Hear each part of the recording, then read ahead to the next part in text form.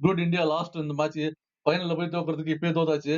திருப்பி வந்து நம்ம ரீசெட் பண்ணிட்டு ஓகே கம்ப்ளேசன்சி இல்லாம மறுபடியும் ஃபோக்கஸ் பண்றது will be interesting to see. அடுத்த மேட்ச் வந்து will India make a change.